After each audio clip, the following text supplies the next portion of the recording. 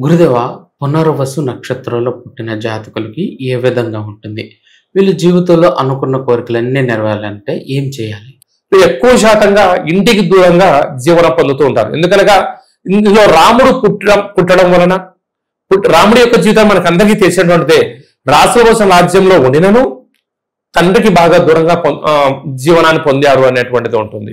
అలాగనే ఈ యొక్క గురువు యొక్క నక్షత్రం ఎప్పుడు విద్యాభ్యాసము, పుస్తకాలు బాగా చదువుకోవాలి, సమాజానికి ఉపయోగపడాలి అని నిత్యం అనుకుంటున్నారు. కానీ వీరి దౌర్భాగ్య పరిస్థితి ఏమిటయ్యా అంటే అందరూ వీళ్ళను ఎదుటివాడు తెలివిగా వచ్చి వీళ్ళని వాడుకొని వెళ్ళిపోతూ ఉంటారు.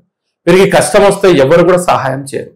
కానీ ఎవరైనా ఆకలి అవుతుందంటే వాళ్ళు తినకుండా ఒక ముద్ద అన్నం పెట్టేటువంటి గుణమే ఈ పునర్వసు నక్షత్రానికి ఉన్న మంచి లక్షణం. కానీ మంచితనానికి ఈరోజు కలియుగ కాలంలో కాలం లేదు.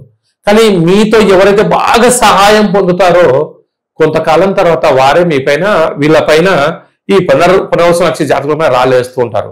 అయినా ఈ పునర్వసు నక్షత్ర జాతకులు ఏది పట్టించుకోరు.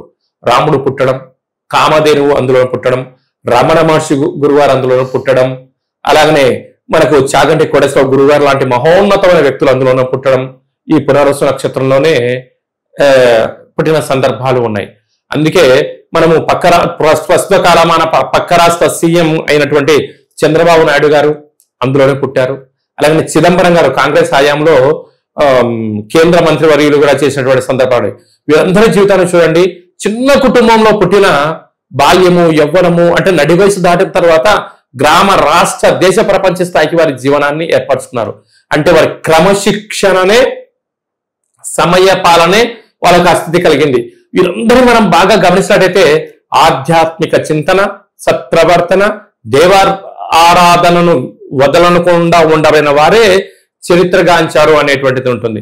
కనుక ఈ పునర్వసు నక్షత్ర జాతకులు కూడా అందరూ కూడా విజయం సాధించగలగాలి అన్నట్లయితే ఈ యొక్క నక్షత్ర ఛాయాచిత్రాన్ని ఇంట్లో ఉంచుకొని ఈ కింద ఉండబడిన మంత్రాన్ని 16 సార్లు రోజు ఉచ్చరింపచేసి చందనము అంటే పసుపు రంగులో ఉండేటో లేకుంటే గంధాన్ని ఏర్పాటు చేసుకుని ఆ గంధం యొక్క బొట్టును లలాటంలో పెట్టుకొని వెళ్ళడం వలన ఉన్నతమైన విద్యాభ్యాసము, ఉద్యోగము, ఐశ్వర్యము, ఆనందము ఈ పునర్వసు నక్షత్ర జాతకులు సొంతం అవుతుందని చెప్పి గమనించాలి.